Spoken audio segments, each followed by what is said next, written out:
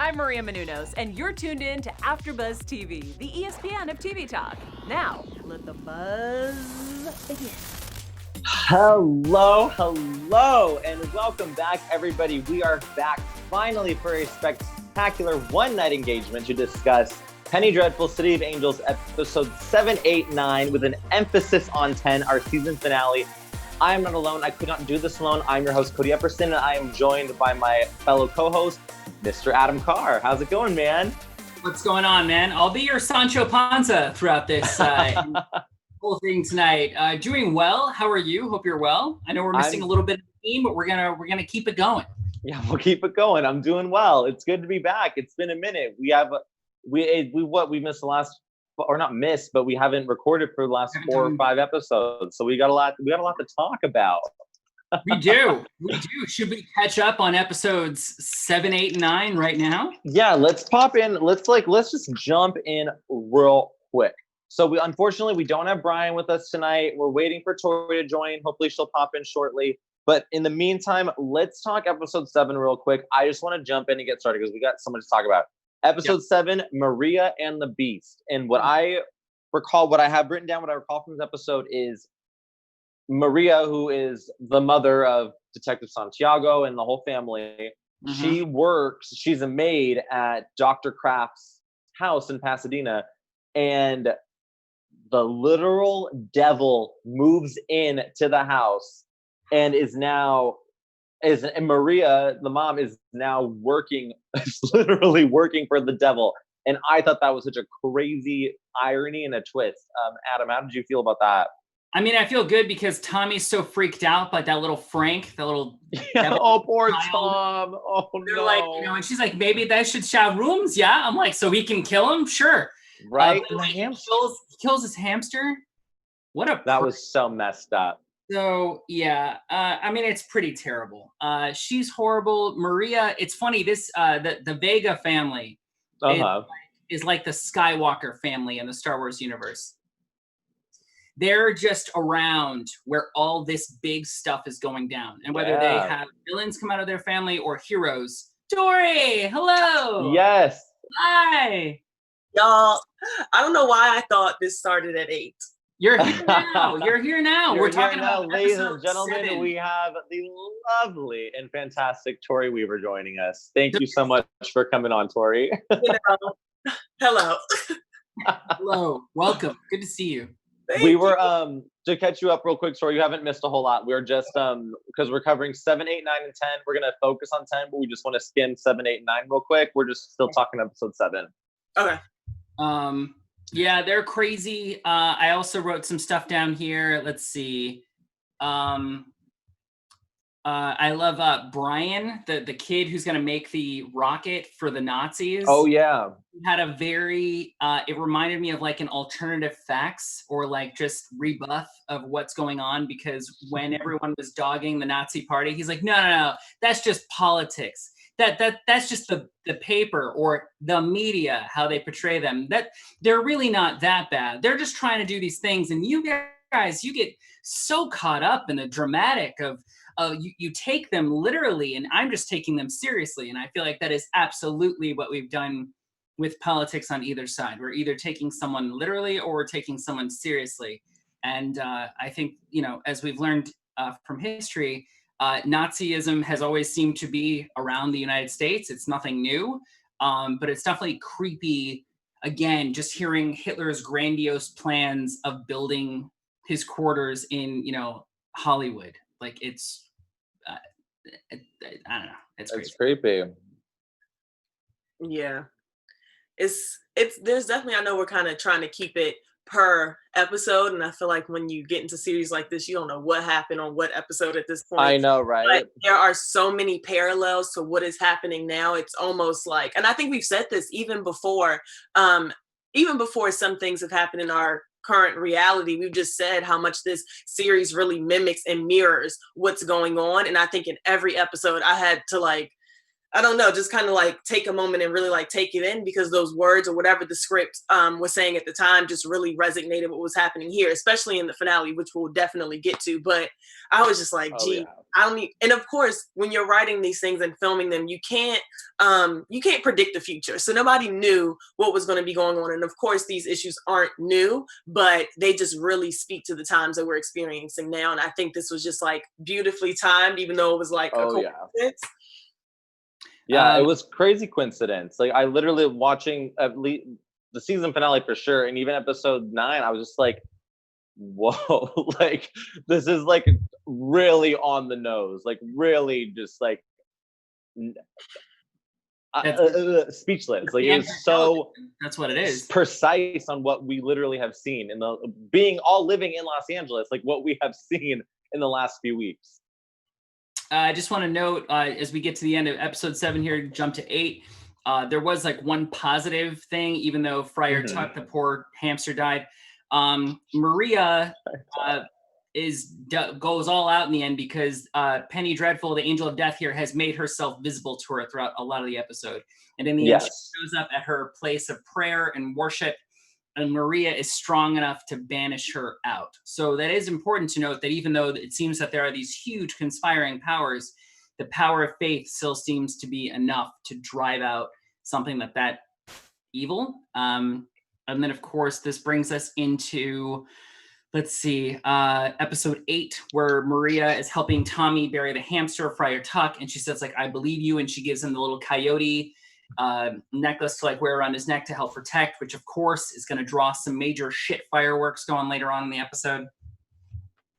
Oh yeah. What do you think, or Cody? Yeah, first of all, we all knew that this child, even though he's not really a child, was weird.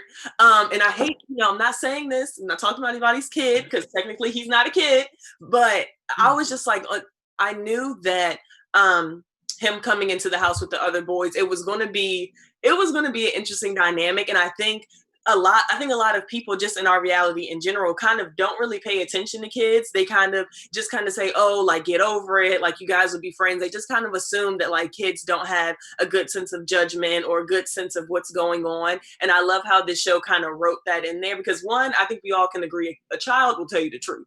They will tell you look beat down. They will tell you when you look nice. So just him kind of explaining, I don't know what's going on, but I know in my heart that he killed this pet. And so it was really interesting just for Maria to believe him, even though she isn't. Just kind of confirming that for him. I mean, it sucks that she's confirming something that's scary, but just kind of like, I do like how that was written, because there's so many times when I feel like children have said something to an adult and it's always just written off like, you're being ridiculous, you don't know what you're talking about. But I'm glad somebody noticed that this kid was strange, because clearly the father does not. Right? Yeah, the father's not. Also, it looks like too, Dr. Kraft then goes to visit his wife that he's put in the sanitarium. That's right. A great scene, which she literally just scares the shit out of him and just tells him, I love that. Here, I'm gonna, like, you can keep the house, you can keep your little German whore. At the end of the day, like, everyone's gonna find out what you are. You find out this guy really is just spineless. Like most Nazis. But let's see. I'm trying to think what else. I love that Maria gave Tom the coyote necklace. Mm-hmm. And that's something, I mean, things are very symbolic. What's great, she gave one to Detective Lewis as well, and they're for protection. And as far as I feel like it's easy to forget that Maria low-key is a witch. Like, she talks to the devil, she talks to Santa Muerte. And when she gives out these coyote necklaces or pendants or whatever you want to call them, it seems like she's legitimately giving people protection. And I think, assuming that we're going to have a season 2, that seems to be very important to me. Yeah.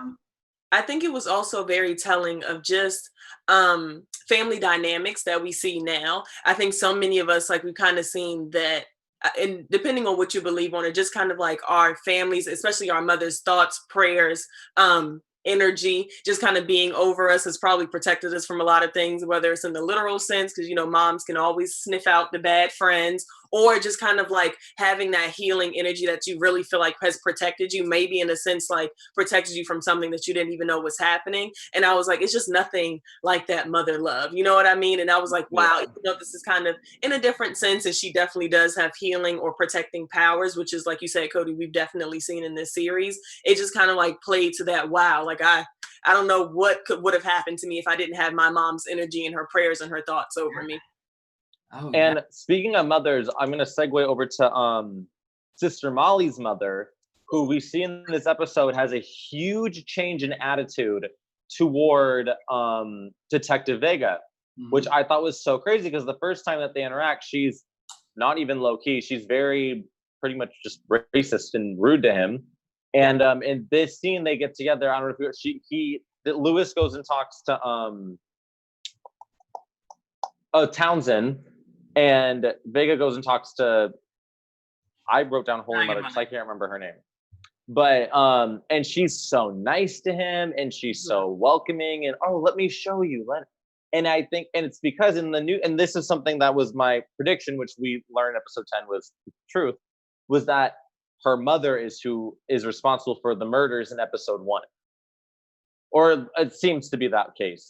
Yeah. That's what I gathered from episode 10. But that's what I figured, because they're like, oh, they blamed the one Latino guy. And so I think that's why she was like, oh, it's so great you're here because now the heat's off me. But that was just something I wanted to point out. Oh, interesting. I didn't put that together then. That was pretty smart. Then it was a prediction. I was like, oh, I think she did it because she's the one who, I mean, her daughter was obviously involved with that man, and she was so angry, and then she was so nice to Santiago. Like, I was like, her attitude changed real quick. A little too much. Yeah. And I also think, like, knowing that Tiago has this, I don't want to say influence, but, you know, him and her daughter are dating now. And I think she kind of sees, okay, this isn't really going away anytime soon. Eventually, you know, once you get the pillow talking, some secrets might come out, whether it's murder, whether it's fraud, I don't know, whatever. But I think she kind of knew, like, wait a minute. He's definitely going to be around, and he seems very persistent about like figuring out things that are happening. I mean, like doing his job. So I think she was like, let me kind of switch up my attitude before my behind is behind bars. Totally. Yep. They also show us Townsend has a little date night with Kurt, the little Nazi. Yes, and they go to that club, underground gay club in LA, which seems like it just seems so cool. Or I mean, not, but like also that they have. I wanted to go system, so like they can ring that, and then everybody switches partners to be like heterosexual pairings to be safe. And just the fact that I don't know, it also pissed me off about Townsend because I'm like, you're gay and you're marginalized and you don't feel safe, and yet you are exactly doing to other people what you feel, and that shame and that and it infuriates me even more when you see that. But then you also see, oh, he's the sweet nice guy, he's trying to have this moment. I'm like, all right, he's dating a Nazi and he's also being really terrible to all these people. So I still hate him, but it was cool to see how that happened. And also getting back here to the end, Frank has the little kid, Frank, Demon Boy, Damien, whatever you want to call him, gives Maria this little trip into a nightmare. And then that was crazy. On her head, and then he puts his hand on, the oven so Elsa can come there and be the nice little German witch and just like, what did you do to my child? I'm like, clearly just put his hand on the stove. Exactly. About it. Really? You want to blame her? She's standing clearly across the room. But then Dr. Kraft like stands up and he's like, like, you're gonna fire her, and she's like, he goes, gives her a raise. We're gonna give you a raise. Right. Not only keeps her, but gives her a raise. I was like, yep, that's how you do it. That's how you do it. That was awesome. Shut up. So he's not entirely spineless. No, and we have to give him some credit. I mean, he is one vertebrae. Yeah, he's a slight frame. And then of course, Michener, Nathan had my favorite line when he finds out about Tiago and Sister Molly. A secret lay is always good. I'll give you that. Great quote, Nathan Lane. And then, of course, they have a shootout at the end of episode 8, which leads us right into episode 9. Yes. Let's see. It was basically sing, episode 9. It was the Nazis who tried to kill him, but Oh, yes. every time you, like I said, every time you think you're starting to figure something out, it's like Nazis.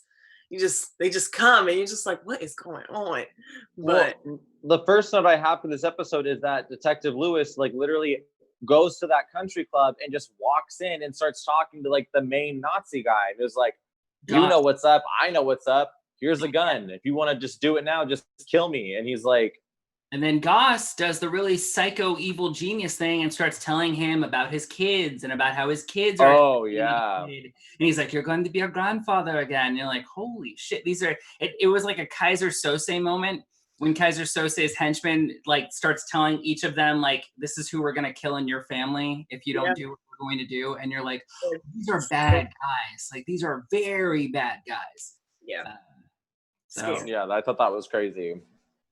let's see. Gosh, let's see. It's so much happening. He says it's not the lions you have to look out for, pal. It's the roaches, that Michener says to Goss. He says, we're roaches. You'll never kill us. We always go to the corners and then we fight back. Townsend goes to visit his dad to ask him for help with the motorway. Yeah, that was interesting to discover that who his dad was. Yes, I'm blanking on his name. He passed away like this in the last year. Yeah. The actor or the person? The actor. Oh, I was like, oh. And they had his name at the end of the episode, kind of like dedicating it to him, and I cannot remember what it was, but that was starting Cocoon. He was the dad in Tommy Boy. I had completely blanking, and it was very much clear at the end of the episode. Right. Yeah, he was very God. Even I was like, Jesus, like he was. His dad was so mean to him at the end. He's like, I'm not going to help you. And it's not because you're fat and you're queer and I can't. He's like, it's just because you're weak and I never back a losing horse. And you were like, damn, that was like sick burn. And I was like, oh wow, so he accepts his gay son. But I was like, he's still. I mean, yeah, I was at first. I don't know. It was kind of like double-edged sword because I mean, if he's weak or spineless, and he's a reflection of you. Like, there's a reason why he's that way, and I feel like that goes to your parenting, especially if you're in politics already. Your son should have been very well, trained for this. So the fact that he's not doing his best, or just honestly not doing a good job at all, like, where do you think he got that from? But I mean, at the same time, it was also kind of that I'm your father and I know when you're not doing your best, and even I am not going to like tolerate when you're not doing what's right. So I think like it was cool because I mean, it was like a very thin layer of like, I accept you, like a little whisper when he was like, that because you're queer, because his parents who, shame their kids for being thicker and being queer. But so it was like that thin layer of like sandpaper of a compliment. And then the rest of it was kind of like, I mean, but you still suck though. You suck for personal reasons, like reasons that you can control. Right. We also see Michener. Nathan Lane goes in and makes a deal with Brad Garrett. And Brad Garrett tells him, if you want a favor from me, then that's, you made a friend for life. I.e., like, you scratch my back, I scratch yours. That's it now. Now you owe me. And that's, of course, to help Brian, the Nazi scientist boy who's building this big rocket. And as it turns out he doesn't just want to build a rocket that can go to other continents. He wants to build a giant bomb that can wipe out cities or maybe just giant portions of a country. Let's see. And then, of course, everybody, I love the end of this episode. The fat cat. What's the name of the bar? Crimson Cat. Crimson Cat. Everybody, they all happened to end up there at the same time. I was like, it was we've been waiting for this. Yes, everybody comes together. Josefina, Raul, Maria, Molly comes with Tiago, Mateo is there. With Fly Rico, everybody's gang, everybody's there to dance the night away, and they all come to face. They're all about to start tearing each other apart. And then Tiago throws down the gauntlet and just says, I've never been enough. I've never been Chicano enough. I've never been cop enough. I've never been good enough. I never was in the unions. I never did this. He's like, this is who I am. That's it. And then everybody calms down. And then that pisses off the Penny Dreadful, Angel of Death, because she's like, I want a war still. Yeah. She's like, ooh, this is not what I planned. Like, this is not the script. So I need you guys to here. But I mean, I feel like we've been waiting for this all season. We've been waiting for like this big grand conversation. I will say a part of me, I don't know if this goes into like overall season review or whatever, but a part of me kind of wanted the older brother to kind of have more of like a storyline, or yeah, because he was brought back to life. Yeah, it's like he was very prominent in the first episode. Like, we were very drawn in. I think that was the one character that we really had like a strong grasp to after the first episode. Of course, he comes back to life because of his mother's prayer. And then we kind of have predictions on whether he would kind of like have a normal life, or if he was just like this vegetable, or if he would have to die again. Like, we had all these predictions of what was going to happen now that they brought him back to life. And then I was kind of like, okay, but nothing, like, I feel like he barely spoke after he came back to life. Yeah. Hear anything, there was no backstory. So I was kind of like, okay. It was like, great, we're all here. Okay, nothing. He did briefly say at one point that he was talking to his mom, and he was like, oh, like, I just, like, I can't. He was saying like he kind of like doesn't have motivation, or like, I just feel blah. It's like you're and I think and maybe, I mean, I don't know if you guys have heard of a season 2 yet. I feel like they left it kind of open for one, but it seems like maybe in the next season we'll get more of that, because it was briefly touched on that he was like kind of, for lack of a better term, like empty inside, considering he was brought back to life by these devil angels. Pet Cemetery. It's Pet Cemetery. Yeah, I thought he was gonna start killing people. I thought so. So we have shall we go into the finale here? Let's but the very end of episode 9 is they lynch that guy. They I think his name was Jose. Yeah. There you go. They freaking hang him in Belvedere Heights, and I'm not gonna lie, guys, I was crying. Like, it was so horrible to watch. It was. And so that leads us into episode 10, where we're starting episode 10, which is called Day of the Dead, which is Dia de los Muertos, Santa Muerte. And we start off with we're at the club, and this kid all of a sudden, or Lewis shows up and is like, we need to get your family out of here. Things are about to go down. Yeah. So yeah, you guys give me your overall thoughts, because it was intense. It was intense. And I actually ended up watching those episodes back to back, so I was able to kind of like see it flow into each other.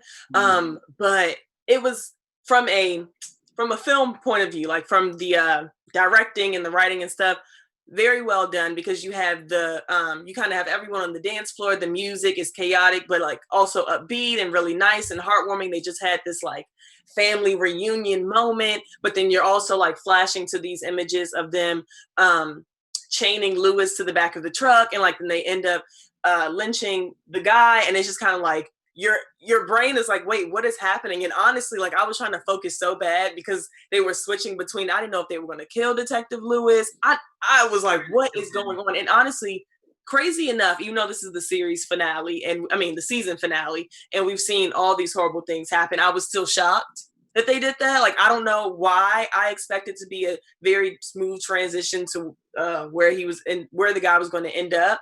But it was really like unexpectedly expected. Like, I wasn't surprised that the officers did that, but at the same time, I really didn't see it coming, especially after the whole club scene that we had. But I really think that the way that it was written was beautifully done, like the juxtaposition between the two. It was very hard to watch, and I think kind of maybe the dance scene made it like that spoonful of sugar that really helps the medicine go down, even though it was like really hard to watch. Like, that on top of it kind of made it, I don't want to say bearable, but it helped. It aided in just kind of like being able to digest and take it in.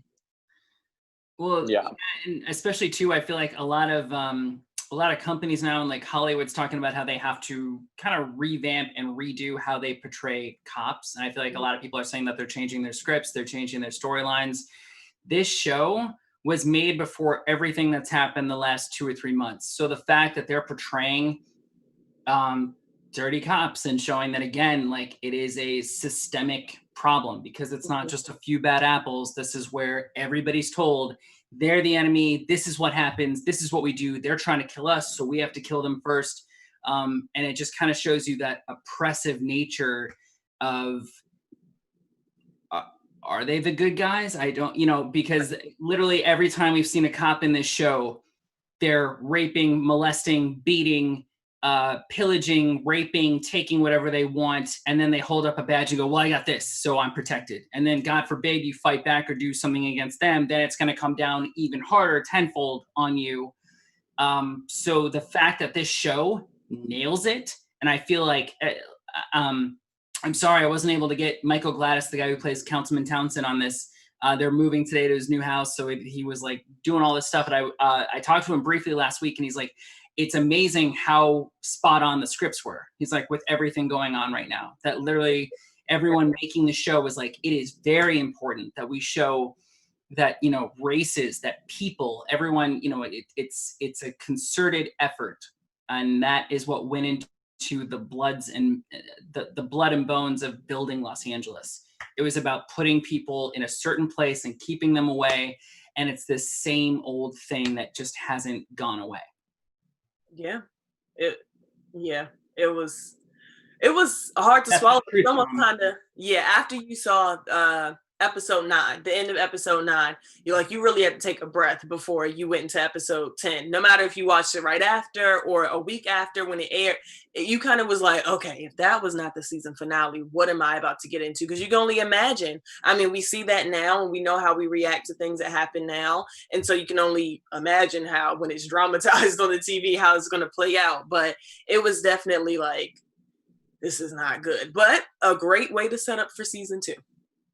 Oh yeah, it was just so bonkers. It's just, I mean, like we said, like if there's so many so many mirrorings of what's just happened, and it just, but then it just shows, like, I don't want to say history repeats itself, but just like, this is how things have always been and how they still are, and it's not okay. It's obviously not okay, and it's just to have experienced everything that we've all seen or done or gone to or witnessed in the last few weeks, to like then have it regurgitated back at you on TV in a different decade is just like, oh my God. Like, it's just, they did a really great job with it. And then of course this starts the, let's see. So Penny Dreadful gets up on the microphone. I'm blanking on her name when she's with Pachuco's. Oh, Rio. So Rio gets up. Of course, it's like Fly Rico's like, we heard about Diego. We want to bury him. We want to honor him. We don't want to take to the streets.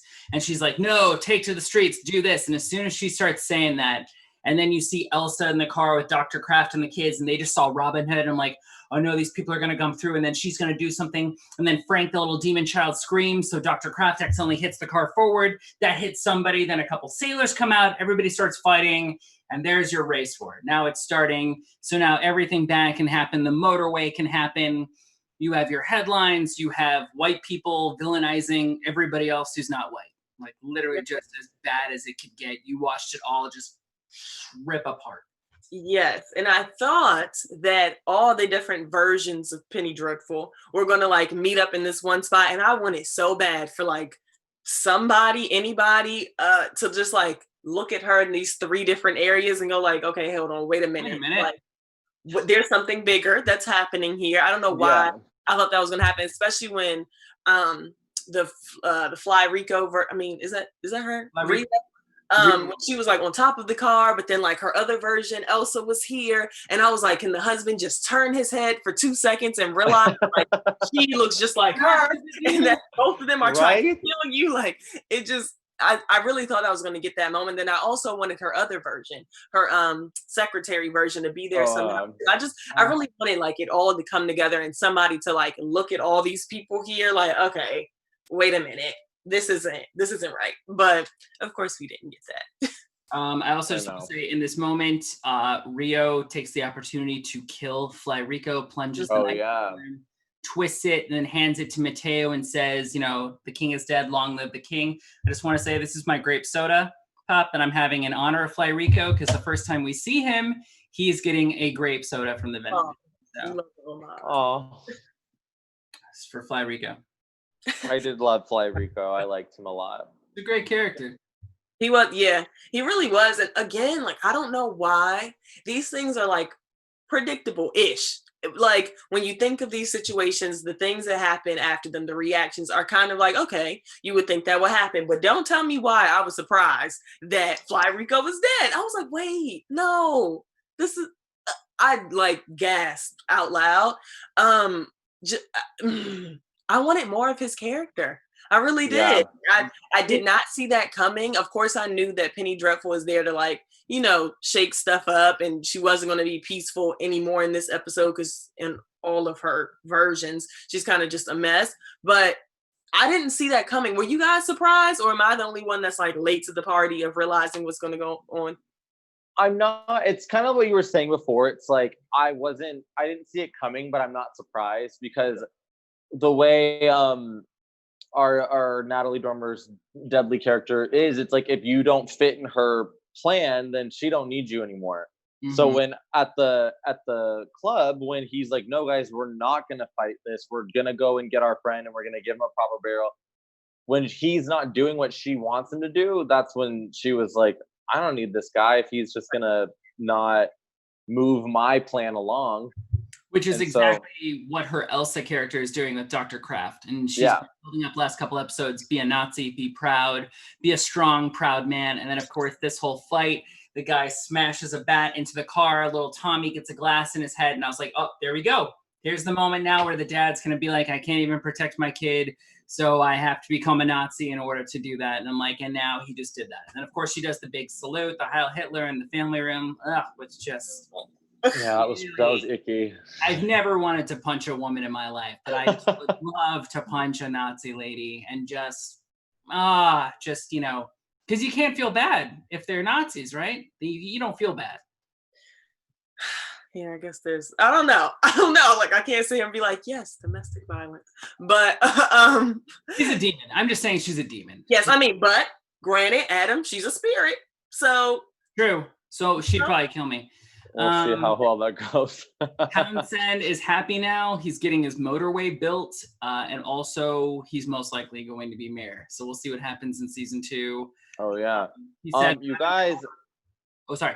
What was that? He said, when I'm in charge, heads are going to roll. And did you also hear, too, the way he was talking about whatever media doesn't follow us, whatever newspapers print bad headlines that we don't like, we'll get them revoked. Whatever radio stations print stuff we don't like, we'll make sure they can't get their licenses. It's basically the same stuff that sounds very familiar to what someone else in power is doing right now. Every time they get unfavorable mentions, let's take it away, let's get rid of it. I'm like, it's the same old stuff. But sorry, that's the last of my soapbox. One big development in the season finale is Sister Molly. She's all about Tiago, and then she has this moment where she was like, oh, well, I'll see you before work. Or, okay, how about after work? And she's like, yeah, sure, after work. And then she talks to her mother, and her mother low-key admits that she's the one who murdered that family. And then Molly, sadly, she takes her own life. That was tough to see too. And she has this moment in the pool with Santa Muerte. And even though, this is my I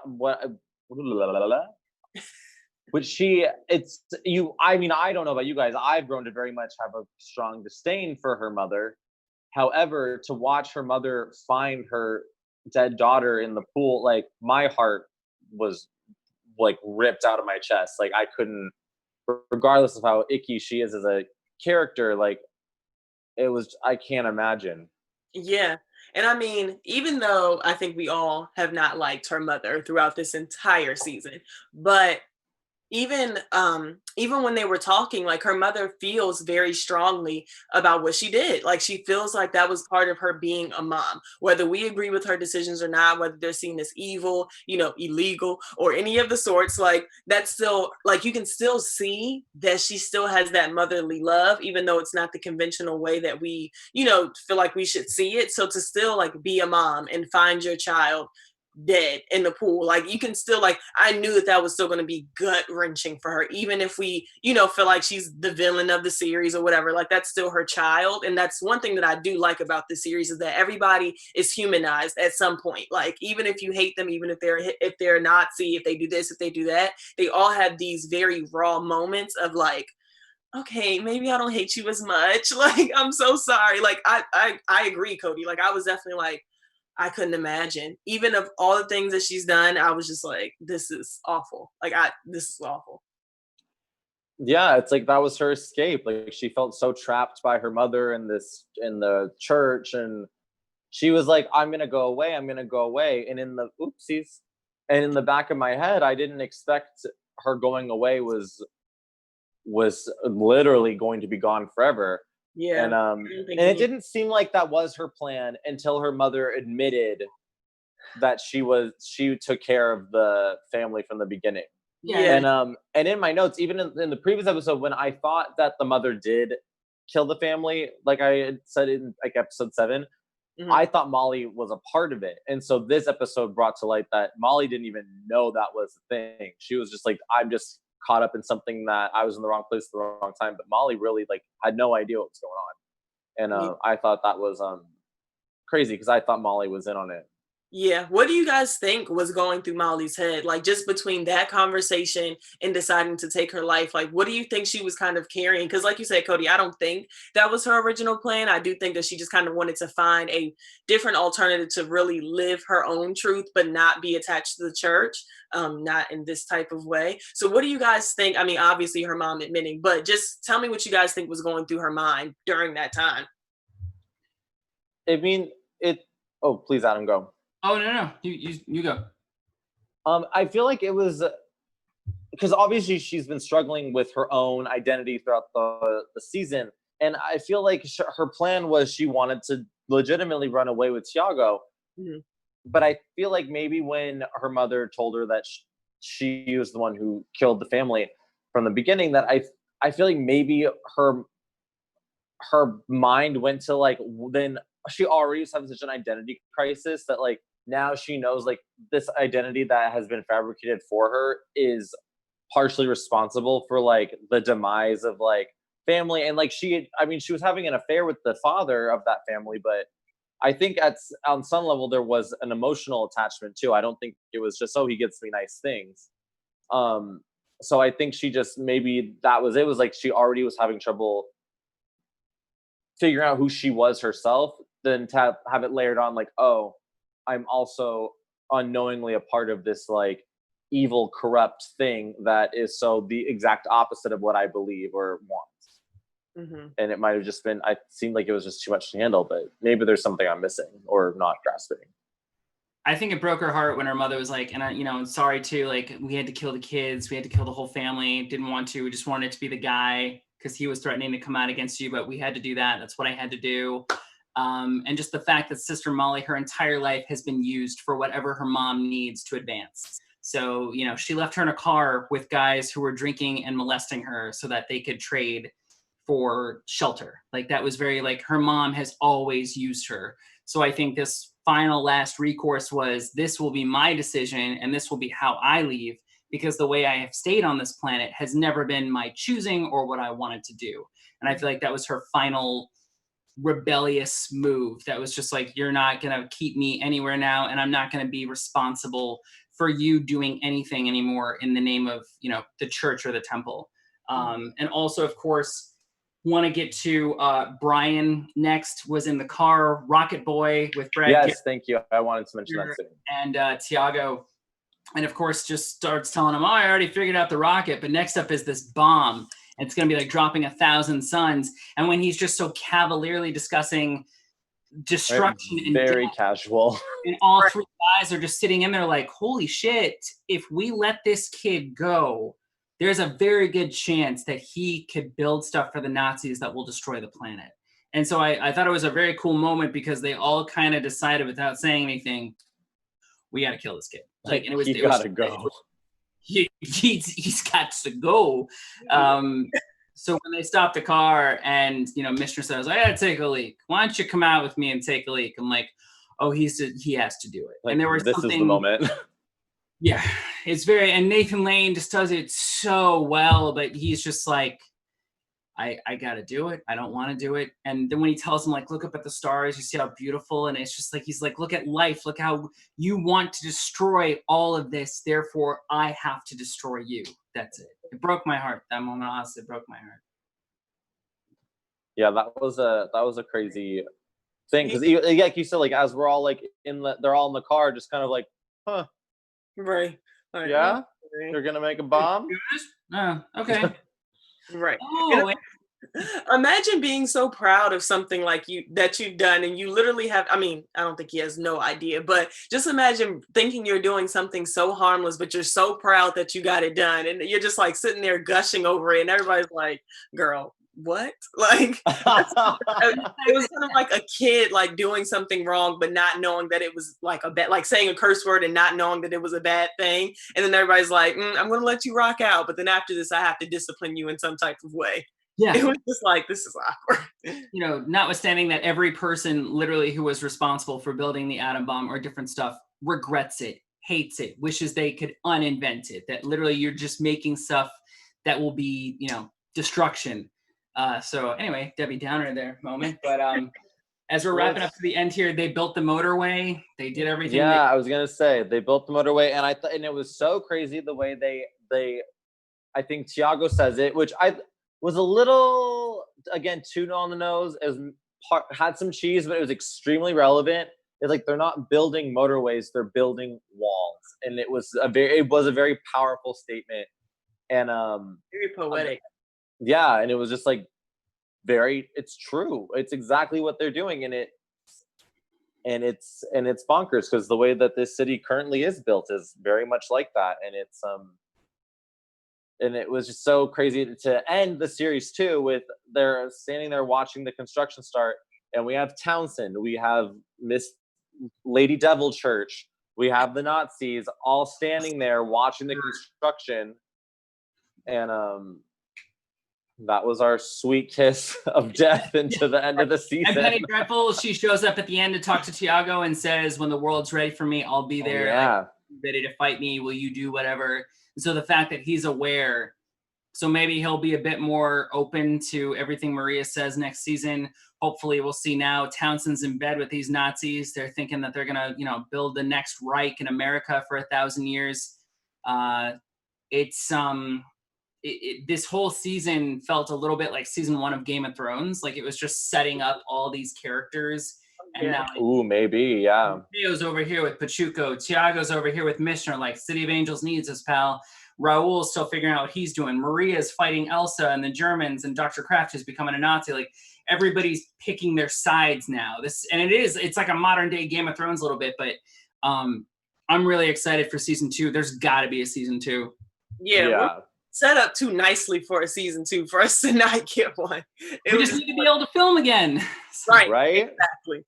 But yeah, it was really good. And you know, I knew it was good because like I was watching it and my mom actually was walking by when I was watching on the couch, and that last I guess little like monologue or whatever that Tiago does at the end, just about, you know, they're not building roadways, they're building walls.